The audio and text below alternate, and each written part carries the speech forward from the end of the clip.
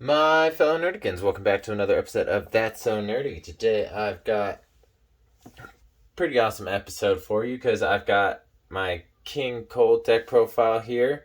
It actually won me second place last night in my little local event, which won me a couple booster packs and then a tournament pack.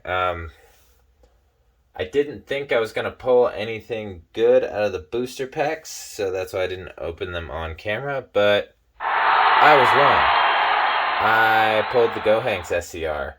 I am super stoked because this is actually the SCR I wanted out of the set. It's not the best SCR out of the set. That would arguably be Sin Shenron, but he is really good, and I'm really excited because he's the one I wanted. But I want him using this deck right here, and it's King Cold. So on his Unawakened side, when you play a field card, you can take up to one life and then also draw a card. And when you activate it also reduces the energy cost of your field cards or your 2-drop field cards by 1. Only the 2 drops. So if you have anything else that isn't a 2-drop, it doesn't reduce that cost. But we are obviously not running anything like that in this deck. And then when your leader comes out, he cheats this field card out right here. So that's the first permanent ability, or that's his first auto ability, not the first permanent ability. So that's this ability right here. When he's played, this gets played out. So what this does is it makes it so you can play multiple field cards, and it also makes it so if you play a field card with the same name, it doesn't destroy that field card. You have to use your leader's ability in order to destroy it. But then when you awaken, he awakens at 4 less life, as per usual for most leaders. But he also restands 2 energy, which is really nice. And then he, on this side, he has the same ability that reduces the energy cost of your field cards, and then an auto ability that you draw when you play a field card. And his activate battle is once per turn. If you pop a field card with an energy cost of 2 from your battlefield, he gets plus 10,000 power for the battle. So that's really good offensively and defensively. It's just really good all around. It helped me out in a bunch of situations. Saved me from using counters when I didn't need to. Saved me from all sorts of stuff. Alright, so now we'll go ahead and get the basic stuff out of the way. So we're running 2 copies of Terrified Realization.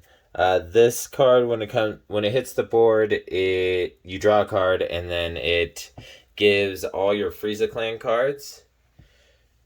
Frieza Clan or Frieza Army? Frieza Clan. Okay, so it gives all your Frieza Clan cards plus 5,000 power during your turn. Yes, during your turn. And we're running 2 copies of that.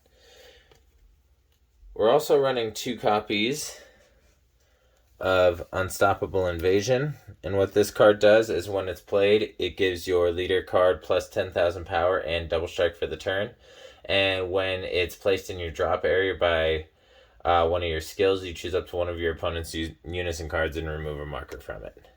That actually helped me out a little bit in one of my games last night, because I was playing against Agents of Destruction, and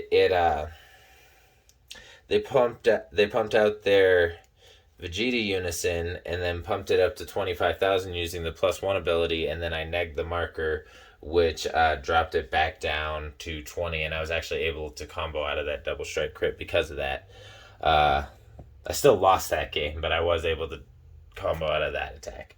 But with the swarm ability of Agents of Destruction, it's just a hard deck to go against in the first place. We're running 4 copies of a new ruler.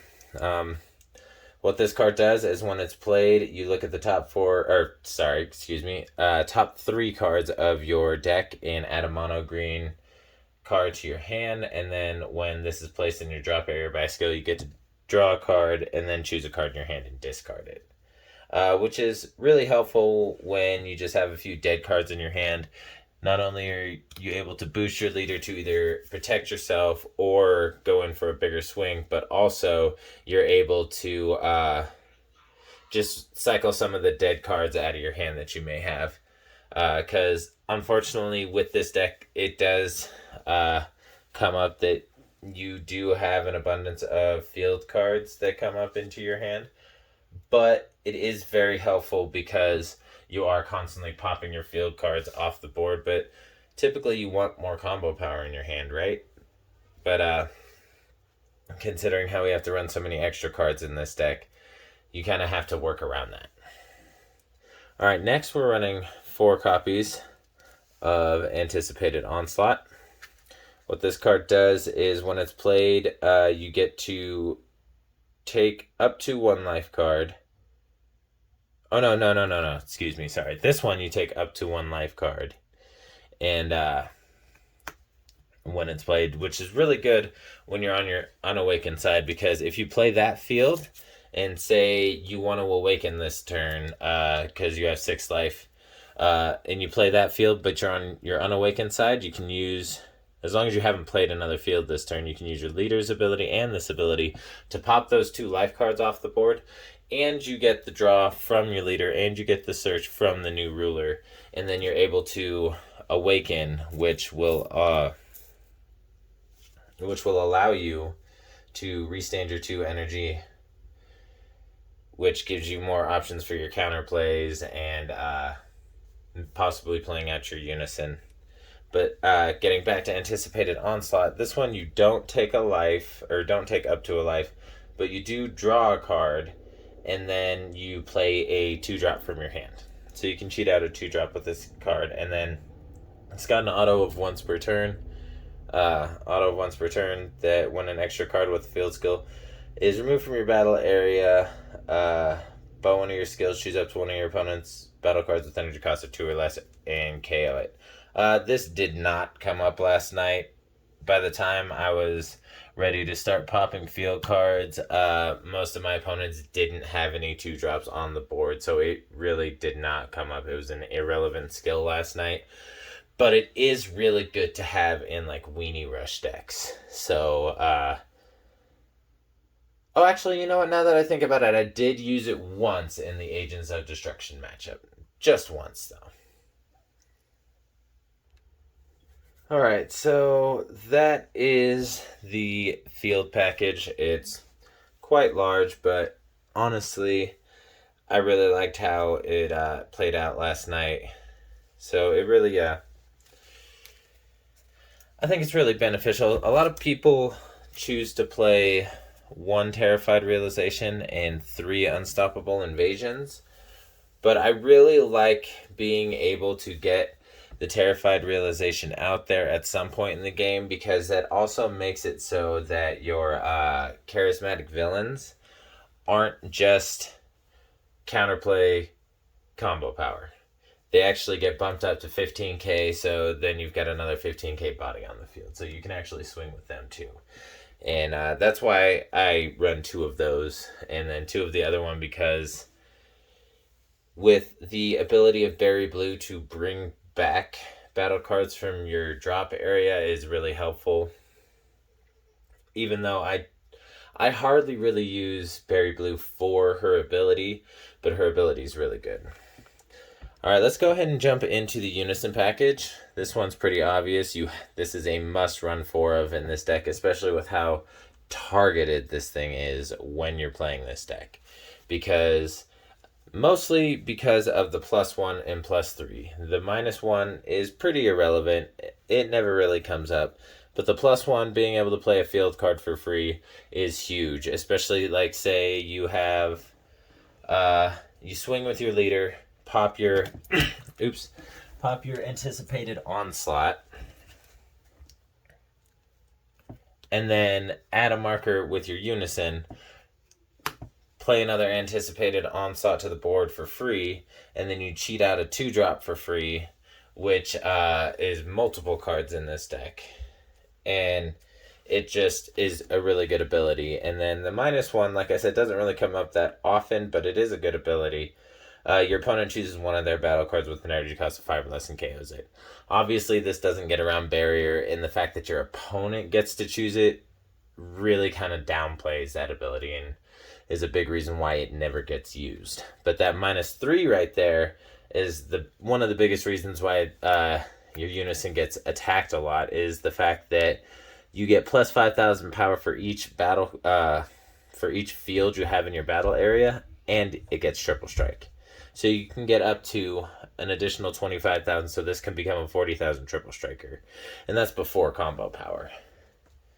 So that's insane. But that's a big reason why this Unison is constantly targeted when you're playing this deck. Now, I'm running a second Unison in this deck that, I think is smart, and it actually came in clutch a few times last night. And it is I'm running 2 copies of Vegeta, Resolute Agent of Destruction, because it is such a good card. It is a board wipe.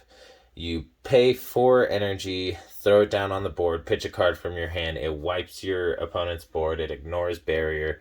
It's got 20,000 base power, double strike crit. You add a marker to give it another 5,000 power, and then if you remove 5 markers from it, you get to choose 3 cards in your opponent's hand and discard them. Incredible Unison. And it's a great late game play. And to be honest, every opponent I used it against last night was not well, that's not fair, because I did play against Tommy last night because he went with us, but he's the one I play test my decks against, so he knew that at some point that it was a possibility. But everyone else I played against, they were shocked. Absolutely shocked. They were like, oh, that's a really good addition. And guess what? I agree. All right, next we're going to start getting into our battle card package. We've got 3 copies of Berry Blue. I'm actually going to end up cutting this down to 2. Simply because I don't use their ability that often. I'm running enough Unisons that I pretty much always see my Unison. And then the ability to bring the auto ability, activate main ability of being able to bring a field back from the drop area is good, but I find myself wanting to save that energy for counterplays or my SCR, typically. So I'm probably actually going to cut Berry Blue down to 2, and I will actually show you guys at the end of the video the changes I'm going to make to this deck, because there were a couple things that I didn't really like with the playstyle while I was down there. Since I got to test it against a couple other decks, I noticed that to get some decent power on the board, it takes a little bit of time, and then also to there's not a whole lot of board removal in here. Like, of course, you've got Charismatic Villain, which is great as long as you have your Unison out. But if you don't have your Unison out, it's a huge cost counterplay. Which is another reason why I run so many Unisons in this deck. I almost even considered running a couple copies of the Demigre Unison. That way I can always just have a Unison on board, because that's just a 1-drop. But I really think this Unison package that I have right here is really beneficial to this deck. And like I said, I just really think that I may just cut down Berry Blue to 2. Next, we're running 2 copies of Cooler Vicious Ambush. Main reason is he has 15,000 critical. You can use his auto ability. Let me clear my hands out. You can use his auto ability that when you play an extra card, you pay 1 and you can cheat him out. So that's nice. So you can do that, like say you use Royal Supremacy to counterattack. You can pay 1 to play him out. That way you have him available to you next turn to swing for critical. But then also another reason he's in here is to be cheated out by Anticipated Onslaught, because getting a free 15k critical attack, honestly, in my opinion, is just really, really good. Really good. Alright. Next, we're actually going to run through our super combo. Pretty obvious decision, defending Father Paragus. You super combo at 4 less life, right? Yeah, 4 less life. You get to draw 2 cards, and then you warp a card. That does leave you a little open, say, if you're playing someone that's playing Mechikabura, because Mechikabura gets a bunch of benefits from you having, from your opponent having cards in their warp. So having to warp a card to use your super combo would benefit Mechikabura, but not many other decks, honestly.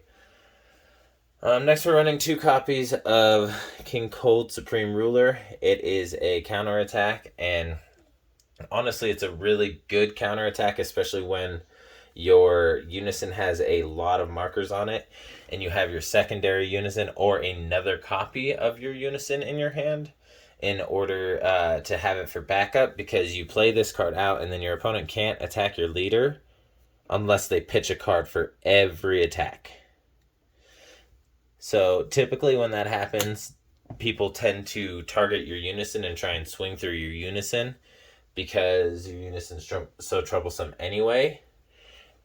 And that's why you want to have like a secondary Unison in your hand, such as either the Vegeta or another copy of the King Vegeta, in order to have a backup. That way when they take out your Unison, that you can just be like, well, joke's on you. Alright, next we're running 3 copies of Frieza Revived and Reviled.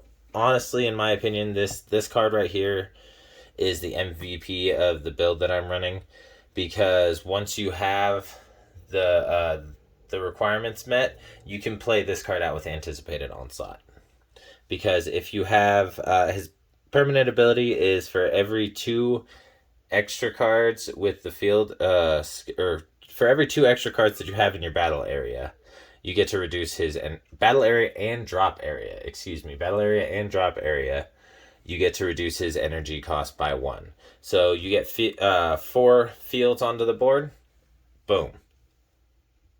He's a 2-drop.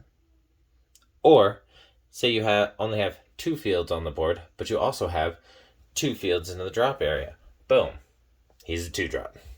And he can be cheated out with Anticipated Onslaught. He's got 20,000 power. He's got dual attack and blocker. And then once per turn, if you pop a field card after activating the blocker skill, you get to restand him. So he's a double blocker also. He's a dual attacker, dual blocker.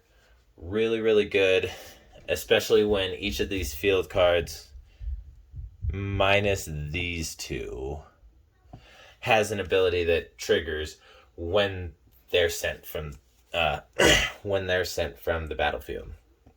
This one has one that triggers when it's placed on the battlefield, and this one has one that's triggered when another one leaves the battlefield. But other than that,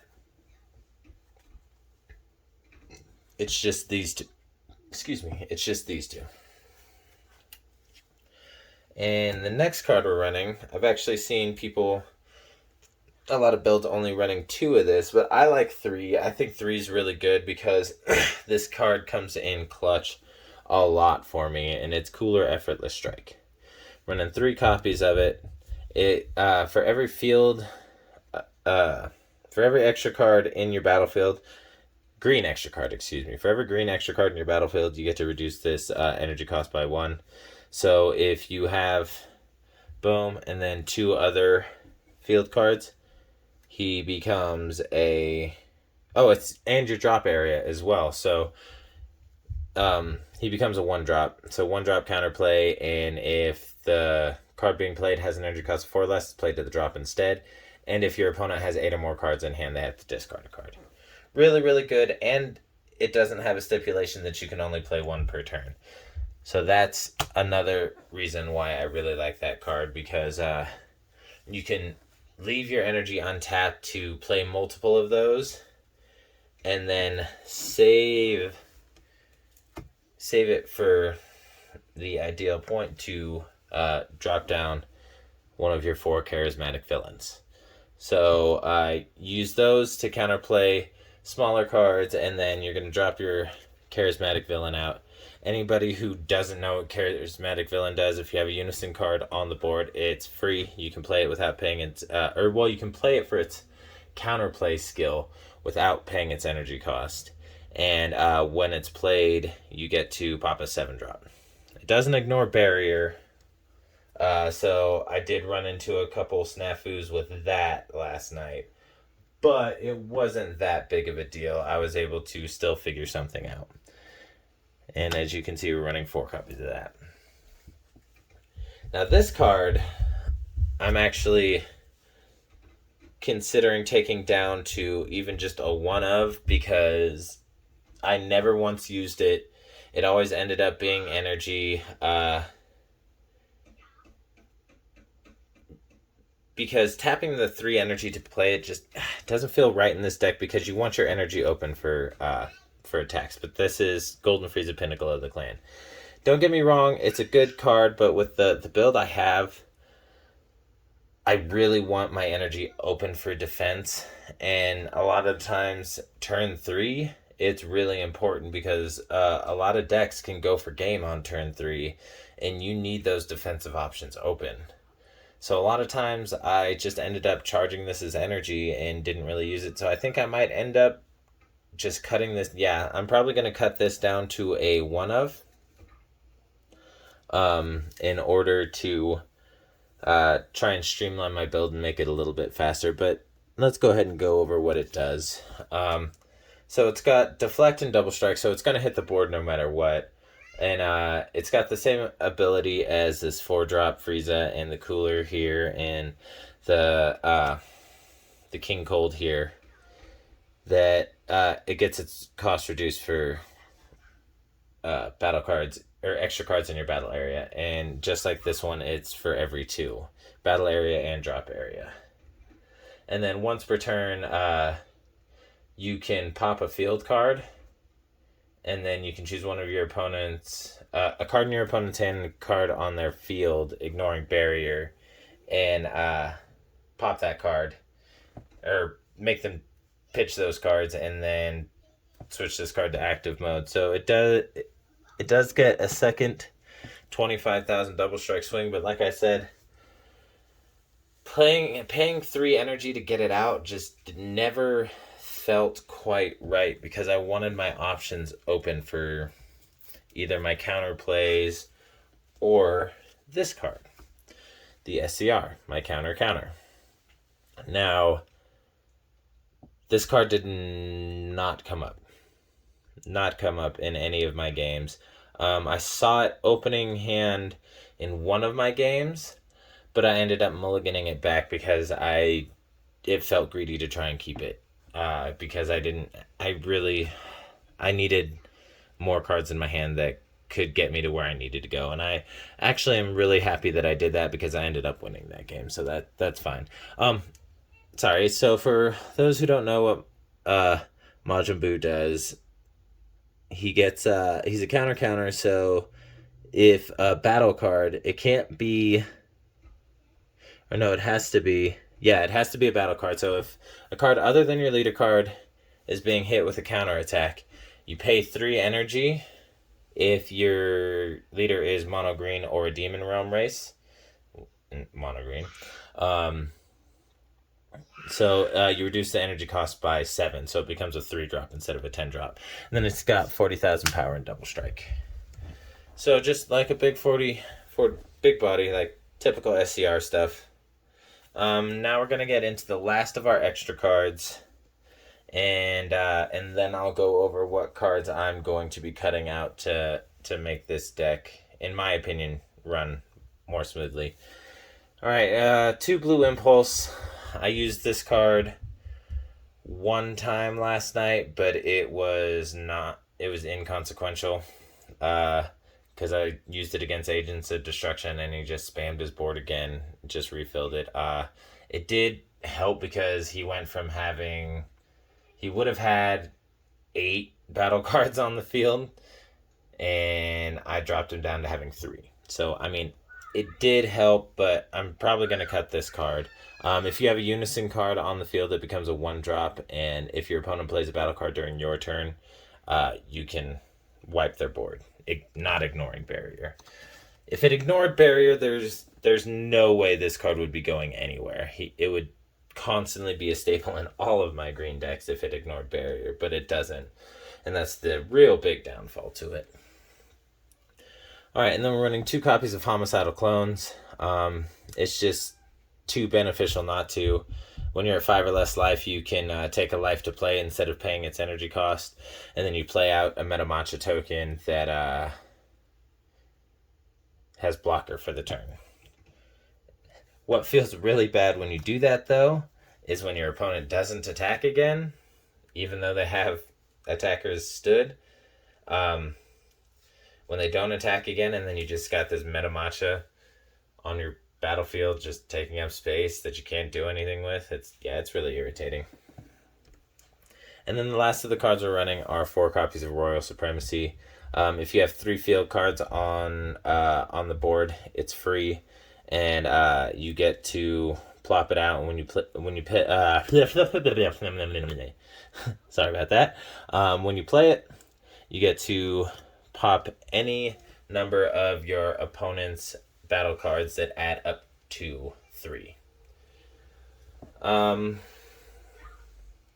3 or less. And then, like I said, I will be going over what cards that I'm going to be cutting out and what cards that I will be throwing in to kind of make this, at least make this deck, I think, run a little bit better. So what I'm going to be doing is I'm going to be replacing these 2 blue impulses with Frieza Cosmic Horror. What Frieza Cosmic Horror does, it's a 20,000 dual attacker. And then when this card is played, you get to choose one of the abilities. You get to either pop one of your opponent's battle cards, or you can remove a marker from their Unison. And I know what you're thinking, like, oh, there's no way to make it cheaper. You're just complaining about having to play the Pinnacle of the Clan for 3 energy. This is a 4-drop. Well, the reason behind it is I'm going to take 2 of those Pinnacle of the Clans out and 1 of the Berry Blues to replace it with Frieza Terrifying Transformation. So it's a 15k, and if your opponent pops this off the board with one of their skills, you get to draw 2 cards. So that's super beneficial. Bigger hand size, much better, especially with, like I said, how many dead cards you end up having in this deck from time to time. Or in your hand from time to time with this deck. And then the activate main is you can pay 1 blue energy and cheat out a 4-drop from your hand. So that is awesome for early game strategy, because before you get enough field card, actually now that I think about it, the field cards, as soon as you play one of them, his cost is reduced by 1. But that is inconsequential. So we're going to run 2 of those, and instead of 2 of the Pinnacle of the Clans, and then take out 1 of the Berry Blues and play another one, and see how that runs. And if it runs better, like I think it will, then that will be the build for this deck going into the future.